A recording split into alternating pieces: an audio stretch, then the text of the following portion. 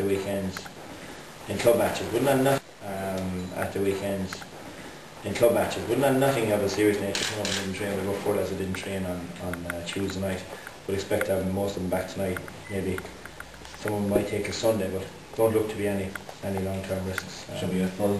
Yeah, well, Conor obviously is still recovering. You know, that sickness is still hurting his system big time. So we'll just take it. You know, obviously we're over 10 days away yet, so we'll just take it day by day. But that there would be, you know, there will be a concern. I guess he's not back to himself in terms of his body yet, but definitely heading in the right direction.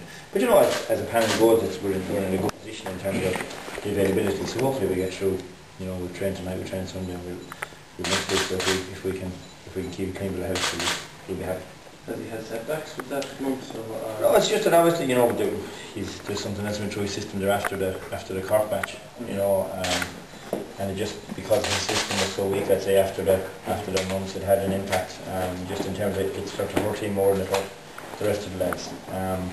But you know, it's just you know, it's just taken a while, you know. We were watching Rob Carney last week. He was supposed to have the months as well, but it definitely didn't get into his system.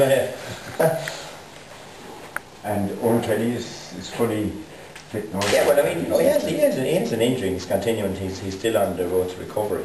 You know, I mean, every week helps, every day helps, every hour helps. You know, but you know, he is heading in the right direction. You know, his back is probably going to require surgery at some stage in the off season. But hopefully he's again, you know, he's getting stronger every week. You know. Can you ask your impressions of Waterford? Waterford, you know, I mean, we've seen them first hand ourselves last year in the semi-final. You know, they're a class side, class hurlers. You know, have a very, very potent forward line, and you know they really showed, I think, what they're capable of doing in the second match against Limerick. You know, there's people saying, well, there's many people questioning Waterford. You know, I would never question Waterford. I wouldn't question any team in Munster. And you know, they just, you know, when they find a stride, they're a very, very difficult team to beat. And you know, we're from our point of view, you know, I suppose our focus has been on getting into the Munster final.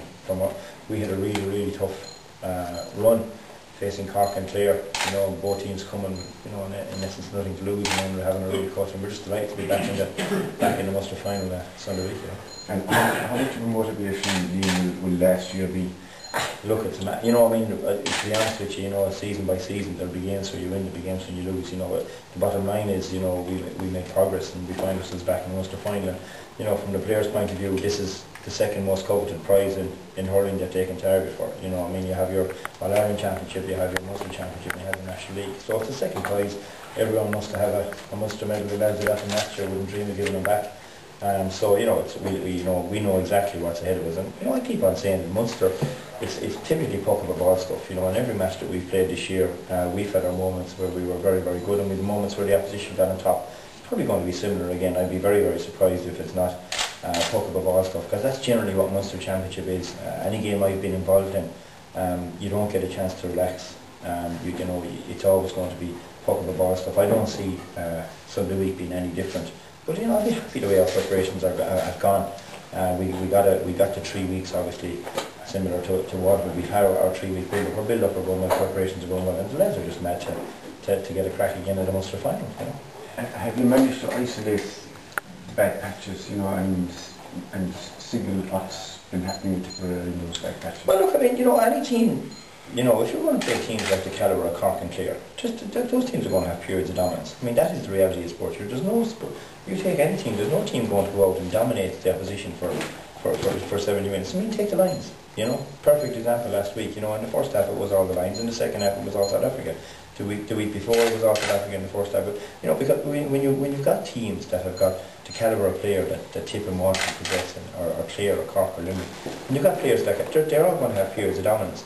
And it's how I suppose the important thing is what you get on the scoreboard in those periods of dominance. And you know, we got ourselves into winning positions, and then the opposition come at us. And there is going to be periods of the game where the opposition come at us. And the most important thing for me as manager is the character of the team has been tested severely in the last 2 outings, because in both instances we were hanging on in essence with 5 minutes to go on the clock. It looked as if the tide was in the opposition's favour, and in both instances the team came out on top and the guys come off the bench, and you know we got the result. And the most pleasing thing for me, you know, there will be highs, there will be lows in every match. It will be the same on Sunday week. The most important thing is that the character of the team has been tested, and every time has answered the call. So that's very pleasing. And from your own perspective, like this year as opposed to last year, you enjoying it more this year? Oh no, it's just our plenty to work with, Dermot. You know, I'm on record as saying it time and time again. You know, I mean, to be an inter-county hurler and to give the commitment that these guys give, it's a pleasure to be standing on the side and watching them do the work. You know, as I said, they're just a really, really good group that have matured even since last year. You know, and even as a panel. I mean, last you know, against Clare, we ended up taking off, you know, Conor Mahoney, Shane McGrath, Owen Kelly. You know, caliber player that had to come off that day, and you know we went down and we had the guys come off the bench, and you know that's the sign of where the panel is at and where the team is at.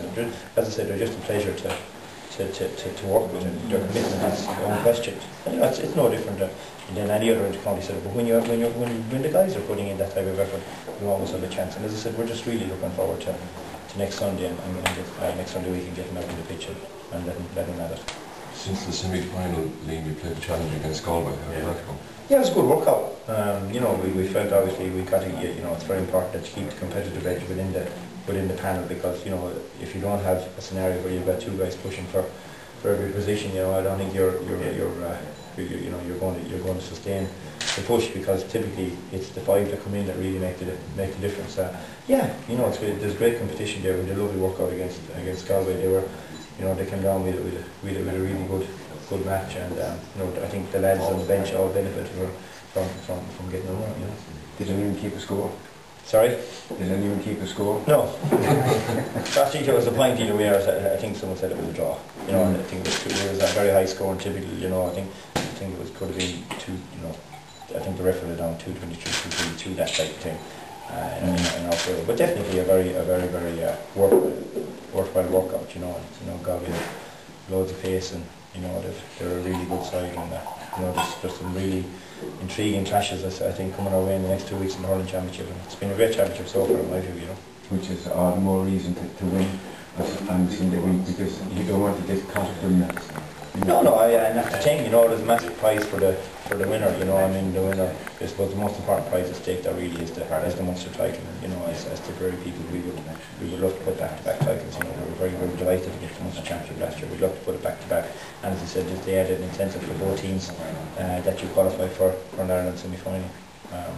So there's double cards. And you think that incentive should stay there as well? I think definitely the provincial champions should be rewarded. In the way that it's been done, you know, and other people then will question, obviously, you know, is it with, you know, the people that come and maybe get a run in 3 or 4 matches, and you have a 5 or 6 week gap. It can be quite a while, you know. I mean, definitely we were scoring blocks, but I wouldn't put that down to the 5 or 6 weeks off. You just got to be, you know, you got to be ready to hit the ground running when it comes to Ireland semi-final day, whoever's in there. But no, I think it's right that the provincial champions are rewarded with a semi-final berth. I think it's harder. Yeah, well, the fact that it's on the second Sunday in July, you feel like that closes that gap a small bit. It does. It brings it that bit closer, you know. But as I said, the biggest prize of all, you know, for Sunday week is really the Munster Championship and the medals that go with it. I think it's Munster Championship has always been a special championship. You know, on the 125th anniversary, it makes it probably even more special. It's on in Thurles. I'm sure there'll be a full house there. I'm sure the supporters will see a rip-roaring match, because that's generally what you get. You know, Tipper Waterford last year was played at a really good pace, and it was a really good game. So I think you get similar fare on Sunday weekend. As I said, we're just really looking forward to it. Under no illusions in terms of the challenge that lies ahead, but as I said, wherever you turn, I said it's minefield. So thankfully we've managed to jump over 2 bunkers so far. So if we can get over another one, we'll be happy.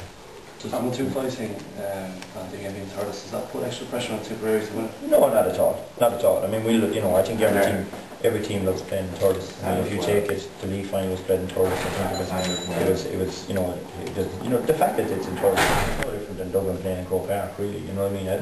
I'd be of the opinion that, you know, it's a great stadium.